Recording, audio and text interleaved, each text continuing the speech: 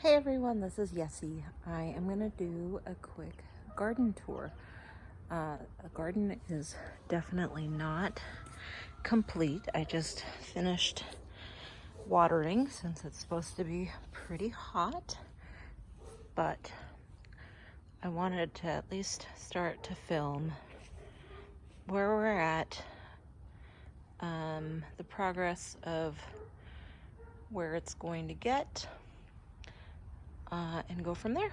So I'm going to start with our raised beds. So we did a huge expansion. We had two 8x4 beds previously, and now we have 6. And I got really into this idea of vertical gardening, and you guys will see the progression of that and what that's going to look like once all of these plants climb up these trellises. It's going to be really cool. So we have the 3 beds. We've kind of designated these 3 beds are mine. Those 3 are Alex's, although I took some space in there as well.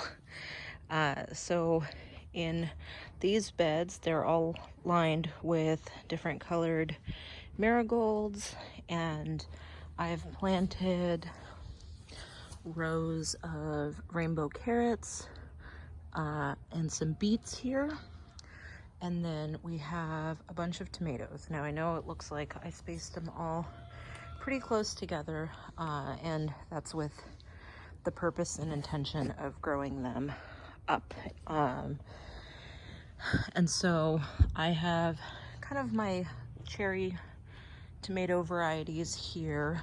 And as you can see, these guys are starting to produce. And then we have, don't mind the chickens in the background, things like these cucumbers that are gonna climb up these trellises. This fun blueberry tomato I couldn't pass up. We have these Kentucky Wonder pole beans. And then look at these tomatoes.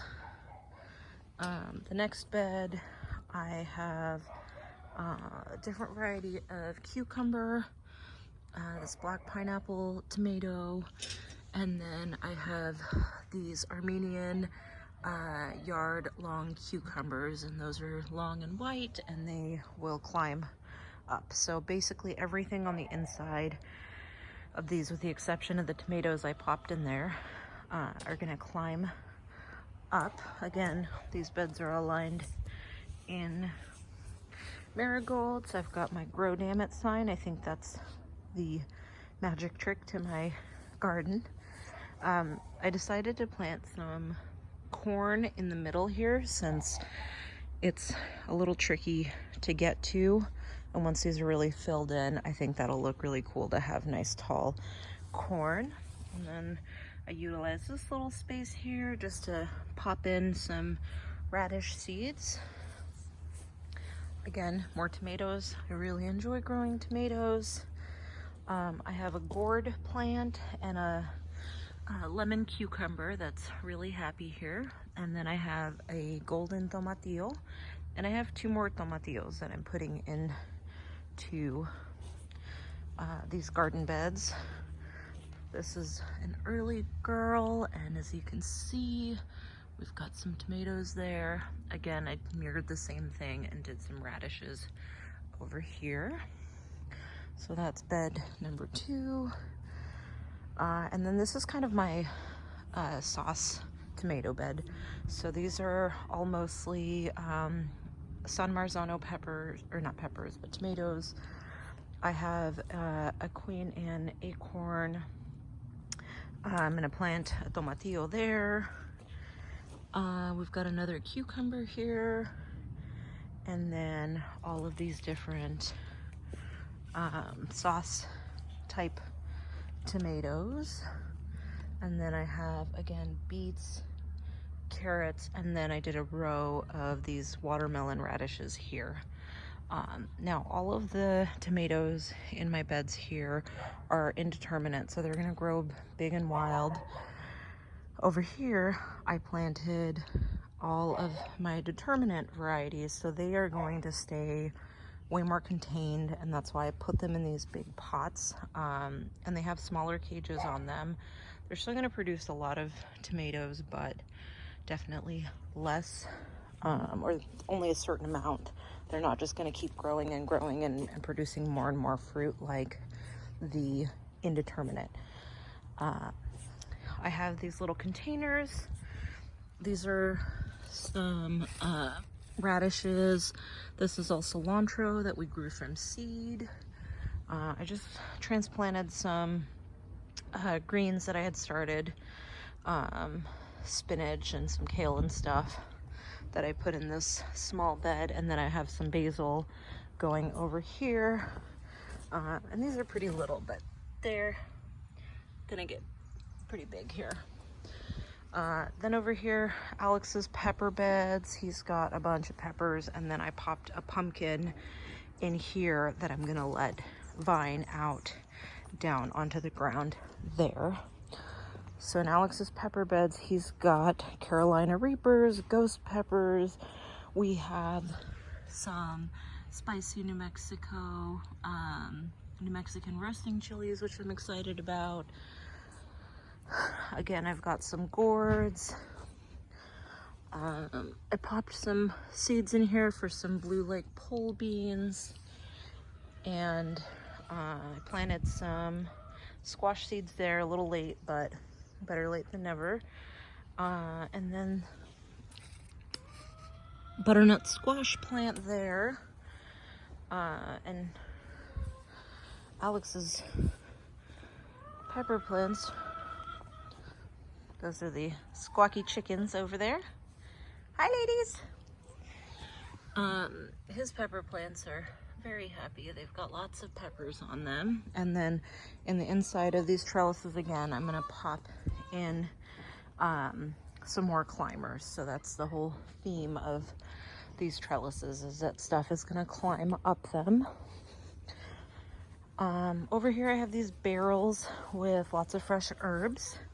I have pineapple mint, chocolate mint, oregano, some parsley, and then I've got some lavender just to help attract the bees, some tricolored sage, some variegated lemon balm, some chives, a huge rosemary plant, and then these are barrels full of asparagus and some volunteer lettuce and Swiss chard that have popped up there. And then these are some I'm just letting go to seed since they're so tiny and I'm not going to harvest. And then I've got some different varieties of thyme I'm going to plant. And come say hi to the chickens. Hi, ladies. We have this small greenhouse. I believe we're going to take this out and put in a shed here, since most of these peppers are going to go into beds here shortly. Ooh. Look at that. It's a happy pepper. We have some mason bee houses. Two of these are ours. One is for my dad that I put up here so that bees would go into it to get them started. And this one we put up last year and it is full. And then they started moving into these two houses this year. Mason bees are great because they help pollinate your garden. They don't sting. This is my fuchsia. I love this fuchsia basket. I will show you around here really quick. So this area is all dedicated to cut flowers. So this got expanded this year to where I put in some more dahlia tubers, and these that are all big and bushy were all established tubers from last year. these are some of the new ones coming in, and I did the hazelnut shell mulch all around them to keep the slugs away from eating the little babies, because they will just come in here and eat those up. So hopefully that helps keep them off of there. And then over here I have my strawberries. These are doing really well.